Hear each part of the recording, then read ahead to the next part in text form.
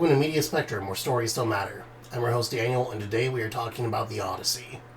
So I just managed to go see this yesterday for its big premiere, and wow, I took some time to sleep on it, but this is definitely a movie I recommend seeing first and foremost. I'm going to try and keep this review mostly spoiler-free, but at the end I will bring up some spoilers, so just be aware of that. So first off, this is my first time talking about Nolan on this channel in general. So I'll just say that Christopher Nolan is a filmmaker who I admire, I appreciate, I respect very, very much. He has made some of my personal favorite movies. He's also made some movies that I do take some real issue with. I think his movies are all incredibly well made, but I'll just say there are one or two movies where he has taken some stances on human nature that really, really bother me. And that has kind of tainted how I see his movies over the years in general. But with that said, he is an incredibly talented filmmaker. He is one of the very few filmmakers today that is making real films at a huge, epic Hollywood blockbuster level that still have an auteur side to them, you know? He is about the closest our generation has to a Kubrick, I think, which for me is huge, huge praise. So right away, I'll just say this is not my favorite Nolan movie, but it's definitely up there. It's a very, very good Nolan movie. First off, just from the second this movie was announced, I was so curious what it was going to look and feel like, would it still really feel like a Nolan film? Because Nolan's movies are usually either contemporary or in the 20th century. He's never done anything anywhere near this old. And while he's definitely done some kind of fantastical science fiction, he's never done straight up fantasy. He's never done anything with magic involved, really. And so I was just so curious to see how this would feel in his filmography overall. And I think it fits right in. It absolutely feels like his movies. I can immediately tell this is from the same guy who made Inception and Interstellar and Oppenheimer. He still is playing with time and memory, many of his many familiar themes. In a way, this reminds me a bit of Interstellar in that so much of it is a man going on an epic journey, just trying to get back to his family, with time itself being one of the biggest obstacles that is changing him in ways that he cannot control. It also reminds me a bit of Oppenheimer in that it is dealing with war and the aftermath of war and the reality of having to just play very brutal human calculus. For example, in the whole sequence with the Cyclops, they realize pretty quickly, okay, the Cyclops is going to eat 2 people at a time and then go to sleep. So when it comes in, if we want to storm the entrance, we need 2 groups of 2. 2 of them will hopefully get to the entrance and stick it open, get through, stick something in it so we can all go through, something like that. And the other 2 are probably going to get eaten. Do we have any volunteers? And there is, a real feeling of intensity and horror to it. And over time, so much of this journey that Odysseus is on could be seen as kind of a metaphor for dealing with his guilt from war. And I'll get more to that in the spoiler section. Just to address now a couple of the controversies going into it, there was a lot made about some of the casting in this movie, particularly surrounding Elliot Page as a Trojan soldier. Some people thought he was going to be Achilles. I'll just tell you right now, he's not Achilles. I won't reveal his part, but he's fitting, I think, for the role he has. And then, of course, there was also Lupita Nyong'o, I hope I'm saying the name right, as Helen of Troy. And I understand to some extent the controversy of, was Helen of Troy actually a black woman or not? And particularly, it sounds like some of the Greek community is actually a little bothered by that. But she's in the movie so briefly. Both of these characters combined are in the movie maybe 6 or 7 minutes. These are very, very minor roles. So if you're bothered by them, they really don't affect the movie much overall. And I I don't really see much of a reason to be bothered by them. I think they're both fitting for the brief roles they have. And then speaking of the acting in general, there are so many incredibly talented actors in this, and everyone's doing really good work. I'm not sure if I see any roles that are jumping out at me as like Oscar contenders necessarily. But I mean, Matt Damon, Tom Holland, Robert Pattinson are all as great as you would expect to be. Anne Hathaway is a real standout to me. I think she does very, very well with the role she has. And my two other big standouts are John Bernthal and John Leguizamo. John Leguizamo. Are John Bernthal and John Leguizamo, who both do very, very well with the roles they have. John Leguizamo especially, I didn't even know was going to be in this movie at all. And I'm more used to seeing him as kind of a comedic actor. Here he has a very human role that I think he does very, very well and has some kind of emotional beats. But for a movie that is dealing with fantasy and magic, it does it in like as grounded of a way as is possible. Like, this movie feels so real. Like almost all of Nolan's movies, he is very famous for using as little CGI as possible and doing things as practically as he can. And the result of that is something that kind of reminds me a bit of Game of Thrones, in that you do have this kind of ancient setting that feels very grounded in reality, but then when the magic elements do come, it makes it that much more intense and terrifying. And this really is the closest I think Nolan has come to doing a straight-up horror movie.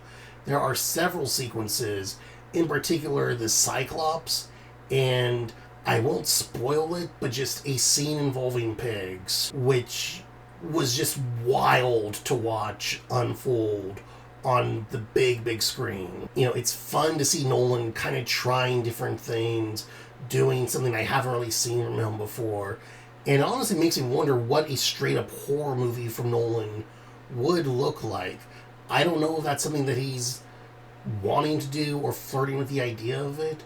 I mean, could you even do a horror movie on the scale of this type of movies that Nolan does these days? Or would he pare back and do something smaller after doing so many big epics? I don't know.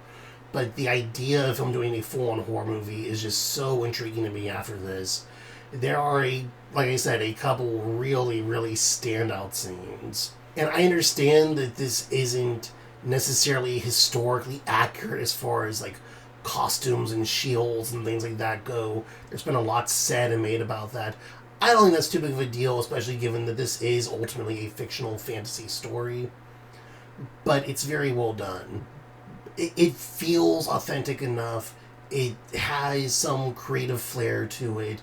It sucks me into the universe. It doesn't bother me. If you're like a true historical nerd, maybe some of the helmets and things will. But I thought it was just incredibly well done and added to the practicality of everything. As far as negatives go, I'll say the movie, it's a little daunting when it starts. Like, there's a good 15 to 20 minutes where it's just throwing so much information at you that you might feel kind of intimidated.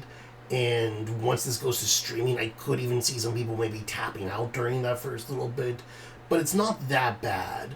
It's like if you've seen the first episode of Game of Thrones or something and could get into it, it's doing the same thing here. It's introducing so many characters for us to follow and getting us into this world. And once the action really starts, particularly with the Cyclops sequence, from there on, it's just an epic journey.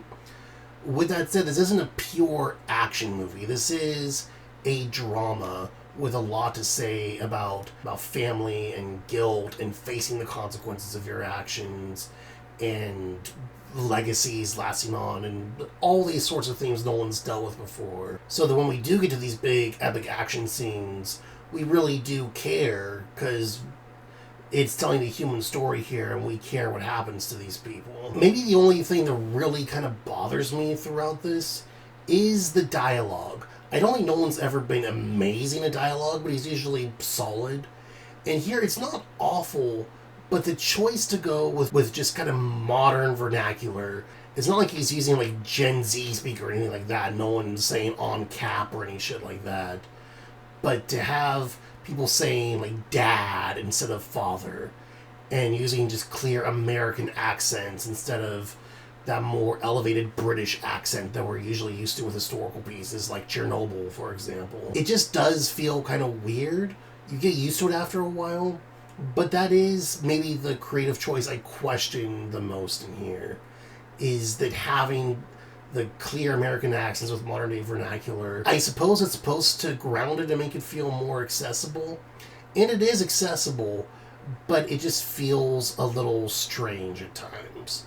I do think Robert Pattinson, though, really makes it work in particular. He's very slimy in a fun sort of way, and he has some pretty good little lines he's able to sneak in. So to get into the parts of the movie that interest me the most, like, I'd have to get into the spoilers now, which I know this is a very, very old story, but I personally never actually read the Odyssey. I know lots of people haven't.